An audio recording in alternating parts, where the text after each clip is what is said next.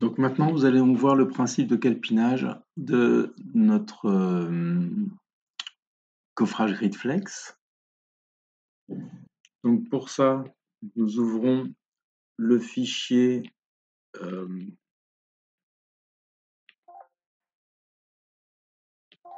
gabarit qui est celui-ci, part de Strasbourg. Donc Gridflex part de Strasbourg, vous ouvrirez celui qui se nomme élève.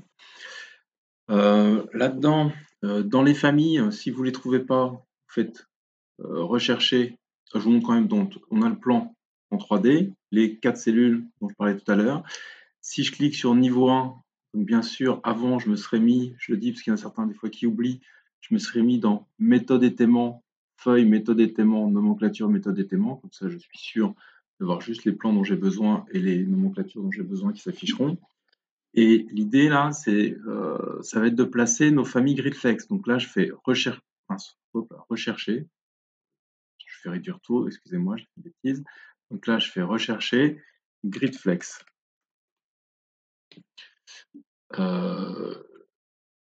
Donc là, j'ai plusieurs panneaux. Le panneau GT 200 par 100, c'est le principal. Quand je le mets ici, vous voyez qu'il ne s'affiche rien. Ce qu'il faut, c'est que je lui demande de le placer au niveau 2.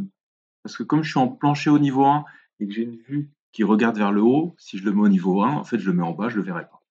Donc je le place. Comme c'est juste une démonstration et qu'on veut voir comment ça se passe, comment ça fonctionne, je vais les placer ici, dans une zone vide, pour regarder comment ça marche. Je vais prendre le GP200, on va voir à quoi il correspond. Donc pareil, il faut que je le mette au niveau 2, sinon ça ne marche pas. Donc on voit bien que c'est celui qui était rouge, d'accord. Et je vais prendre le GFL 150 par 200. Je crois que c'est celui-ci. Donc pareil, niveau 2. Appliquer. Si vous avez des soucis de visibilité, ça peut venir soit de votre échelle, le fait que les traits soient trop noirs, soit ici, par exemple, le matériau, c'est acier rouge. Parfois, quand on fait gérer paramètres matériaux, il se peut que celui-ci soit mal défini, qu'il n'y ait pas des choses. Voilà. Il faut qu'il soit défini en rouge si vous voulez qu'il s'applique en rouge.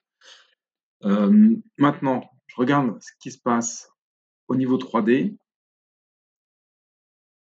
On voit bien que celui-ci, je vais pouvoir le faire coulisser dans celui-ci. Vous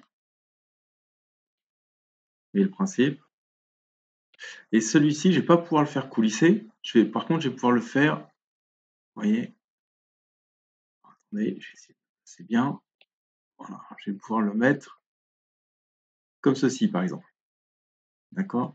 Ce qui me permettra de tout coffrer avec les panneaux blancs et, en dernier recours, de mettre ceci en.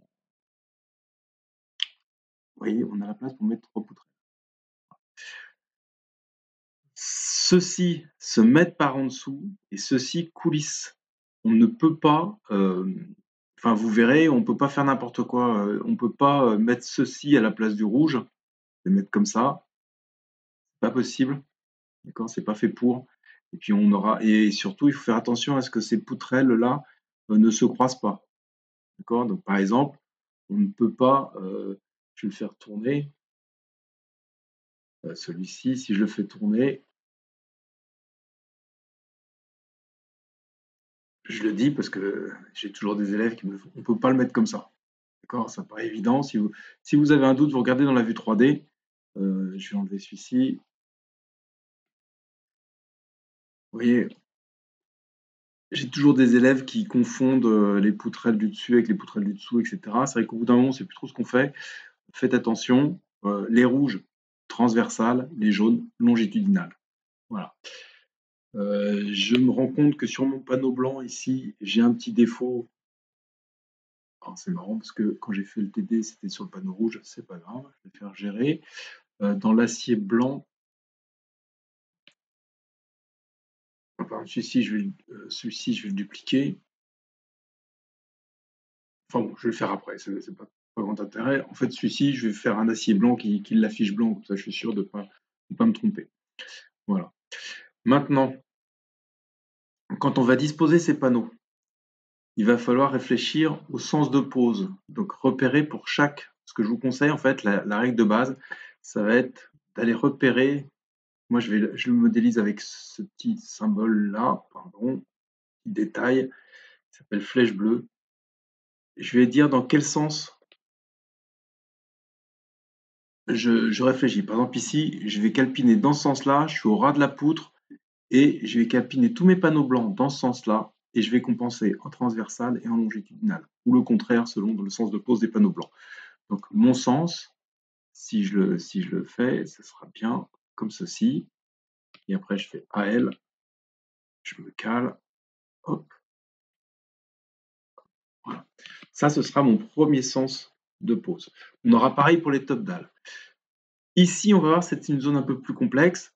Peut-être, je vais CTRL-C, CTRL-V, peut-être que, mince,